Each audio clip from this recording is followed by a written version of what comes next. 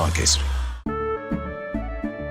केसरिया से मन जोगी हुआ रे, दिल झूमे देखो मतवारा हुआ रे। केसरिया से मन जोगी हुआ। हर पल मनाओ केसरी त्योहार। विमल, बोलो जुबां केसरी। केसरिया से मन।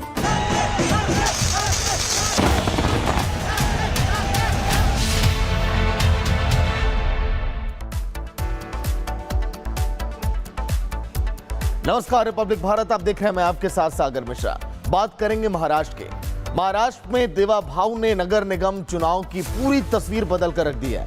महायुति ने इस बार के 29 में से 23 निगमों पर अपना कब्जा जमा लिया है। देवा भाऊ ने आखिर कौन सी रणनीतियां बनाई जिससे नगर निगम का पूरा चुनाव का खेल ही पलट गया, देखिए आप।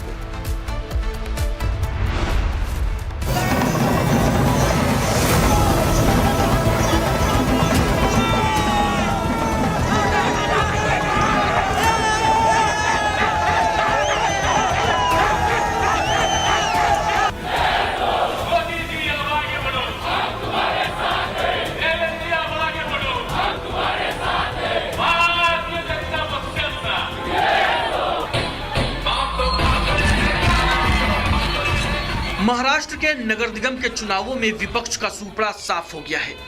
हिंदुत्व की लहर में विपक्ष की चुनावी नाव डूब चुकी है। महाराष्ट्र के 29 नगर निगमों में से 23 पर महायुति का परचम लहरा रहा है। देखकर धुंधली सी ताकत, हौसला हमारा कम नहीं होता। अरे झूठी आंधियों से वही डरे जिन चिरागों में दम नहीं होता। देवेंद्र फडणवीस और एकनाथ शिंदे की जोड़ी ने अपनी बादशाहत साबित कर दी। महाराष्ट्र के नगर निगम चुनाव से क्षेत्रीय दलों का सफाया हो गया है। इस चुनाव में फडणवीस और शिंदे की जोड़ी के सामने ना तो ठाकरे बंधु टिके और ना ही पवार चाचा भतीजे की जोड़ी टिकी। हालत यह है कि कई जगहों पर दोनों परिवारों का खाता तक नहीं खुला। महाराष्ट्र की जनता ने इस चुनाव में परिवारवादी पार्टियों को हकीकत का आईना दिखा दिया। इस दौरान सीएम देवेंद्र फडणवीस ने महाराष्ट्र की जनता का आभार जताया। फडणवीस ने कहा कि महाराष्ट्र में इस बार विकास की जीत हुई है। आज महाराष्ट्र में 29 महानगर पालिका के चुनाव में 25 जगह पर भारतीय जनता पार्टी और मित्रों का विजय हुआ है। महाराष्ट्र की जनता ने भारतीय जनता पार्टी पर पूर्ण विश्वास दिखाया है। हमारे अध्यक्ष रविंद्र चौहान जी के नेतृत्व में महाराष्ट्र का ये महाविजय महाराष्ट्र की जनता को और हमारे कार्यकर्ताओं को हम समर्पित करते हैं। महाराष्ट्र में महायुति की जीत से बीजेपी गदगद है। मुंबई से लेकर दिल्ली तक बीजेपी में जश्न का माहौल है। महाराष्ट्र में हर तरफ कमल और भगवा लहरा रहा है। ऐसा लग रहा है कि अब महाराष्ट्र में भी रामराज लौट आया है। देवेंद्र फडणवीस ने महाराष्ट्र की जनता को भरोसा दिया है कि यह जीत महाराष्ट्र की तस्वीर बदलने में सबसे अहम साबित होगी। उन्होंने कहा कि महाराष्ट्र की जनता ने जो भरोसा जताया है उस पर खरा उतरने के लिए बीजेपी समेत महायुति के नेता हर संभव कोशिश करेंगे। मैं ये कहना चाहता हूं, ये जो विजय है महाराष्ट्र की जनता का, हमारे प्रधानमंत्री मोदी जी पर जो विश्वास है उस विश्वास की यह विजय है। इस देश में और महाराष्ट्र में प्रधानमंत्री मोदी जी ने जो विकास और विश्वास की राजनीति शुरू की है उसका यह विजय है। महाराष्ट्र के नगर निगम चुनावों में महायुति ने पहली बार अपनी बादशाहत कायम की है। महाराष्ट्र में इस जीत का श्रेय पीएम नरेंद्र मोदी और गृह मंत्री अमित शाह के साथ साथ देवेंद्र फडणवीस को भी जाता है। देवेंद्र फडणवीस ने महाराष्ट्र में ताबड़तोड़ चुनावी रैलियां की, जनता के बीच एक ऐसा विश्वास पैदा किया, ऐसी रणनीति बनाई जिससे हर कोई बीजेपी को अपनाने के लिए मजबूर हो गया। फडणवीस ने इस चुनाव में सरकार और संगठन के बीच एक सेतु का काम भी किया, जिन्होंने कभी भी संगठन के लोगों को अकेला नहीं छोड़ा। यहां तक कि जब बीजेपी की जीत हुई तो उन्होंने सबसे पहले प्रदेश अध्यक्ष रविंद्र चव्हाण को फोन पर बधाई दी। माननीय अध्यक्ष महोदय रवींद्र चव्हाण साहेब, अभिनंदन तुमचं फार फार। तुमच्या नेतृत्वामध्ये संपूर्ण महाराष्ट्रात मिळालेला जो विजय आहे तो नेत्रदीपक अशा प्रकारचा विजय आहे, त्यामुळे तुम्हाला तुमचं मनापासून अभिनंदन। Yes yes yes. आता तुम्ही कुठे आहे सध्या? प्रदेश भाजपला ना? हो यस यस, येतो तिकडे आम्ही थोड्या वेळाने येतो। चला, खूप शुभेच्छा तुम्हाला। महाराष्ट्र में महायुति की बंपर जीत के पीछे एकनाथ शिंदे का भी बड़ा रोल रहा है। शिंदे ने मराठी मानुष को साध कर ठाकरे बंधुओं को किनारे लगा दिया। शिंदे ने इस चुनाव में न सिर्फ अपना प्रदर्शन बेहतर किया बल्कि बाला साहेब ठाकरे की विरासत को भी अपना लिया। देखा जाए तो उद्धव ठाकरे के पास अब सिर्फ नाम की पार्टी बची हुई है, क्योंकि उन्होंने सियासत के चक्कर में बाला साहेब की विचारधारा से समझौता कर लिया।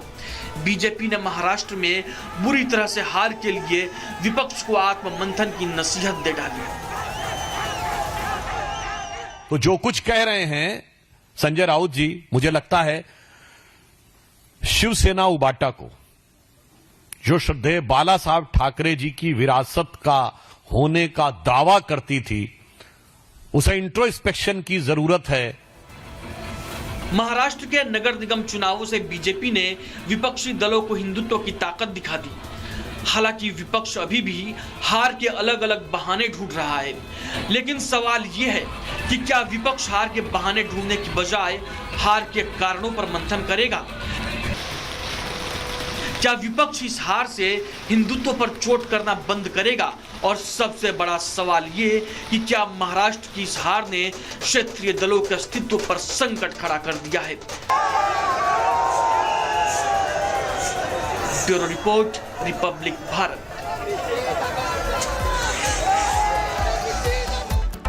तो आज के दिन महाराष्ट्र के अंदर तस्वीरें बहुत बदली दिखाई दी। देवा भाव की आंधी में ठाकरे बंधु उड़ गए। करीब 45 सालों के बाद बीएमसी में बीजेपी का मेयर अब बनने जा रहा है।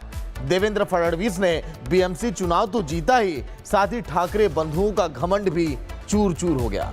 देखिए।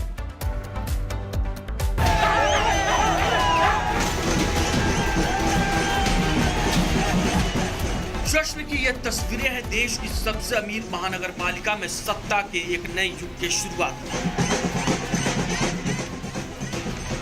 मुंबई की जनता ने देवेंद्र फडणवीस और एकनाथ शिंदे की अगुवाई वाली महायुति को बीएमसी की कमान सौंप दी है, जिसके साथ ही मुंबई में अंत हो गया ठाकरे परिवार के वर्चस्व का।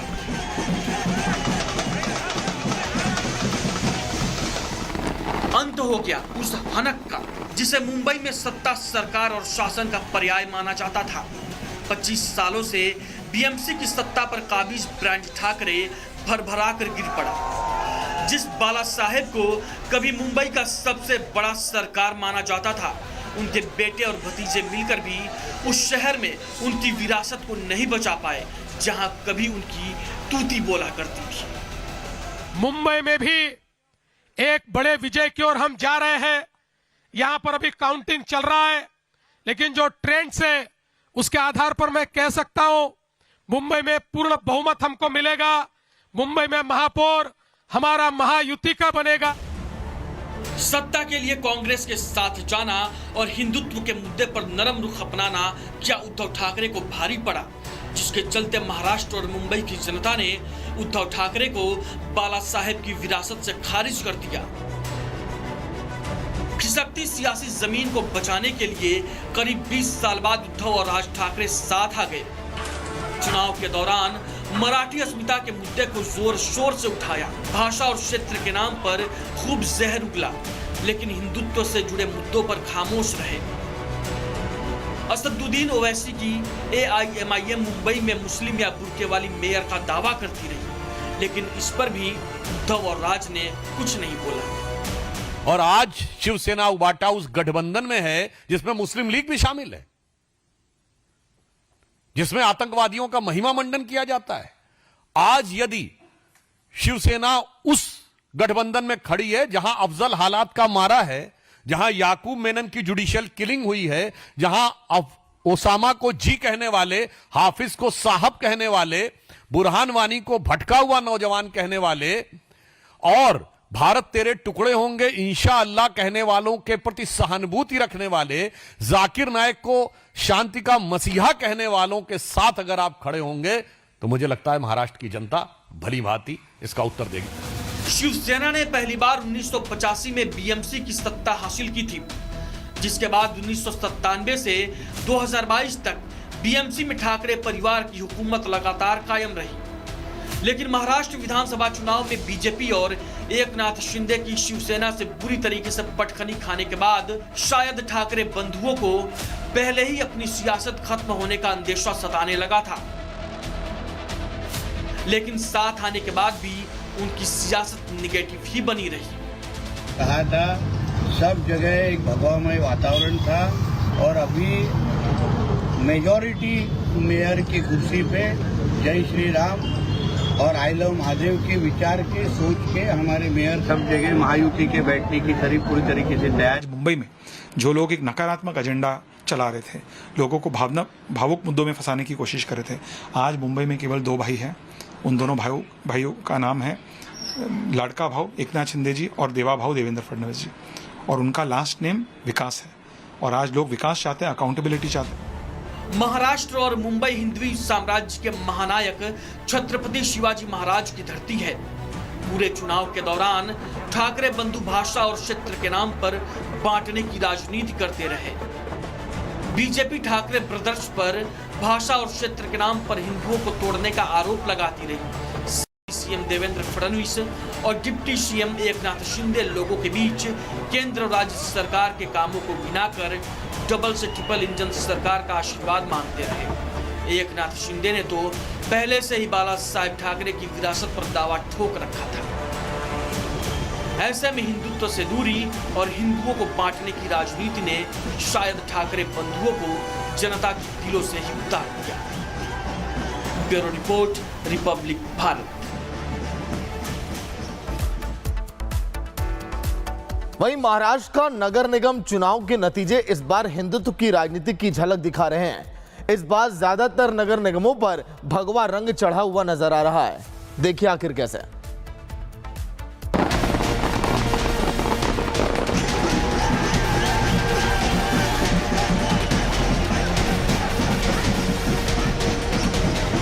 आज महाराष्ट्र में 29 महानगर पालिका के चुनाव में 25 जगह पर भारतीय जनता पार्टी और मित्रों का विजय हुआ है। महाराष्ट्र में बीएमसी समेत 29 नगर निकायों के लिए चुनाव में बीजेपी की ऐसी लहर चली कि हर ओर भगवा ही भगवा हो गया। मुंबई से लेकर नागपुर, छत्रपति संभाजी महाराज नगर से लेकर पुणे, जिधर देखो उधर सियासी आसमान हिंदुत्व के रंग में रंगा नजर आ रहा है। हिंदवी स्वराज का सपना देखने वाले छत्रपति शिवाजी महाराज की धरती पर हिंदुत्व की राजनीति पूरे उफान पर है, जिसके तेज बहाव में तथा कथित सेक्युलर राजनीति के तमाम सूरमाओं समेत समूचा विपक्ष बहता दिख रहा है। पीएम मोदी की अगुवाई में सीएम देवेंद्र फडणवीस और डिप्टी सीएम एकनाथ शिंदे ने हिंदुत्व और डेवलपमेंट की सियासत का ऐसा कॉकटेल जनता के सामने रखा कि विपक्ष के दिग्गजों की सारी रणनीति धरी की धरी रह गई। आमचा जो विचारांचा आत्मा आहे हा हिंदुत्ववाद आहे। हिंदुत्ववादी आम्ही आहोतच, याबद्दल आम्हाला अतिशय अभिमान आहे। आणि या हिंदुत्ववादाच्या माध्यमातून खऱ्या अर्थानं हिंदुत्व आणि विकास। बीएमसी समेत महाराष्ट्र के तमाम नगर निगमों में बीजेपी को मिली सियासी कामयाबी कितना मायने रखती है, इसका अंदाजा पीएम मोदी के इस पोस्ट से लगाया जा सकता है, जिसमें उन्होंने लिखा, धन्यवाद महाराष्ट्र। राज्य के मेहनती लोगों ने एनडीए के जनहितैषी सुशासन के एजेंडे को अपना आशीर्वाद दिया है। अलग अलग नगर निगम चुनावों के नतीजे बताते हैं कि महाराष्ट्र के लोगों के साथ एनडीए का रिश्ता और मजबूत हुआ है। हमारा ट्रैक रिकॉर्ड और विकास का विजन लोगों को पसंद आया है। महाराष्ट्र में बीएमसी समेत 25 नगर निकायों में बीजेपी और उसके सहयोगी जीत का परचम लहराते दिख रहे हैं, जिनमें 5 प्रमुख नगर निगमों के रुझान कुछ इस प्रकार हैं। बीएमसी, जहां कुल सीटें 227 है, बहुमत का आंकड़ा 114 है, वहां बीजेपी और सहयोगियों को 118 सीटें, उद्धव शिवसेना को 70 सीटें, कांग्रेस को 12 और एनसीपी अजित पवार को 0 सीटें मिलती दिख रही हैं। पुणे, जहां कुल सीटें 165 हैं, बहुमत का आंकड़ा 83 है, यहां पर बीजेपी अपने सहयोगियों के साथ 90 सीटों पर बढ़त बनाए है। एनसीपी और सहयोगी 20 सीटों पर सिमटते दिख रहे हैं। कांग्रेस और शिवसेना उद्धव 10 सीटों पर सिमट रहे हैं। वहीं शिवसेना शिंदे गुट 2 सीटों पर दिख रहा है, अन्य को 0 सीटें मिलती दिख रही हैं। ठाणे में कुल सीटें 131 है, बहुमत का आंकड़ा 66 है, यहां बीजेपी अपने सहयोगियों के साथ 49 सीटें हासिल करती दिख रही है। एनसीपी अजित पवार को 8 सीटें मिल रही है, शिवसेना उद्धव ठाकरे को 2 सीटें, कांग्रेस को 2 और अन्य के खाते में 9 सीटें जाती दिख रही हैं। नागपुर में कुल सीटें 151 है, बहुमत का आंकड़ा 76 है, यहां बीजेपी और उसके सहयोगियों को 113 सीटें मिलती दिख रही हैं, कांग्रेस को 30 सीटें मिलती दिख रही है। शिवसेना उद्धव ठाकरे अपने सहयोगियों के साथ 1 सीट हासिल कर रही है। एनसीपी अजित पवार को 1 सीट मिलती दिख रही है। एनसीपी शरद पवार 0 पर सिमट रही है, वहीं अन्य के खाते में 6 सीटें दिख रही हैं। नासिक में कुल सीटें 122 है, यहां बहुमत का आंकड़ा 62 है, यहां पर बीजेपी अपने दम पर 50 सीटें पाती दिख रही है। वहीं एमवीए और एमएनएस मिलकर 12 सीटें हासिल करती दिख रही है। शिवसेना शिंदे और एनसीपी 41 सीटों पर सिमटती दिख रही हैं, अन्य को 5 सीटें मिल रही हैं। महाराष्ट्र में नगर निकाय के इन नतीजों ने असदुद्दीन ओवैसी की उस राजनीति को भी आईना दिखा दिया है, जिसके तहत भाईजान मुस्लिम या बुर्के वाली मेयर की जोरदार पैरवी कर रहे थे। साथ ही उद्धव और राज ठाकरे की उस राजनीति को भी खबरदार कर दिया, जिसमें उन्होंने हिंदुओं को तो भाषा और क्षेत्र के नाम पर बांटने के लिए खूब जहर उगला, लेकिन भाईजान की मुस्लिम ब्रदरहुड वाली पॉलिटिक्स पर चुप्पी साधे रहे। कोई भी भारत का नागरिक वजीर आजम बन सकता है, सदर जमहूरिया बन सकता है, चीफ मिनिस्टर बन सकता है, मेयर बन सकता है, और असदुद्दीन ओवैसी का ख्वाब यह है कि एक दिन आएगा इस देश में इंशाअल्लाह ताला, शायद हम और आप नहीं रहेंगे, मगर देखना एक हिजाब पहनने वाली बेटी इस देश की वजीर आजम बनेगी इंशाअल्लाह ताला। मुंबई कर जो सालों से करना चाहते थे, लेकिन ये माफिया लोग हो, राज ठाकरे हो या उद्धव ठाकरे सेना, उनको लाके डराते थे, माफियागिरी करते थे, धमकाते थे, हाथ पैर तोड़ते थे। आज मुंबई के लोगों ने सबक सिखाया, जिसने अपने पिताजी के साथ गद्दारी की, आखिर में उद्धव ठाकरे की इज्जत बचाई किसने? मुस्लिम मियाँ भाई ने, बांग्लादेशी ने। आखिर में उसको अल्लाह के चरण पे जाना पड़ा, कहना पड़ा मुस्लिमों को, मैं मस्जिद के लाउड स्पीकर चालू करूंगा, मस्जिद के फीस डबल कर दूंगा।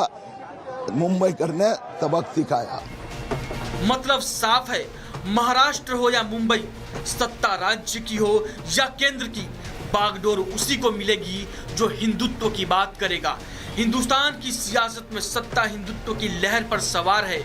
वो दिन अब लद गए जब हिंदुओं को गाली देना, उन्हें जाति, भाषा और क्षेत्र के नाम पर बांटना सत्ता पाने का फॉर्मूला बन चुका था, क्योंकि अब ज्यादातर हिंदू भी जान चुके हैं, बटेंगे तो कटेंगे, एक रहेंगे तो सेफ रहेंगे। तभी तो नगर निकायों से लेकर केंद्र सरकार तक सत्ता में काबिज हर शख्स विकास के साथ भगवा की पैरोकारी करता दिखता है। Bureau report, republic Bharat. Breaking news, Mumbai airport से बड़ी खबर। मुंबई का केसरिया से मन जोगी हुआ रे, दिल झूमे देखो मतवारा हुआ रे, केसरिया से मन जोगी हुआ। हर पल मनाओ केसरी त्योहार। विमल, बोलो जुबान केसरी।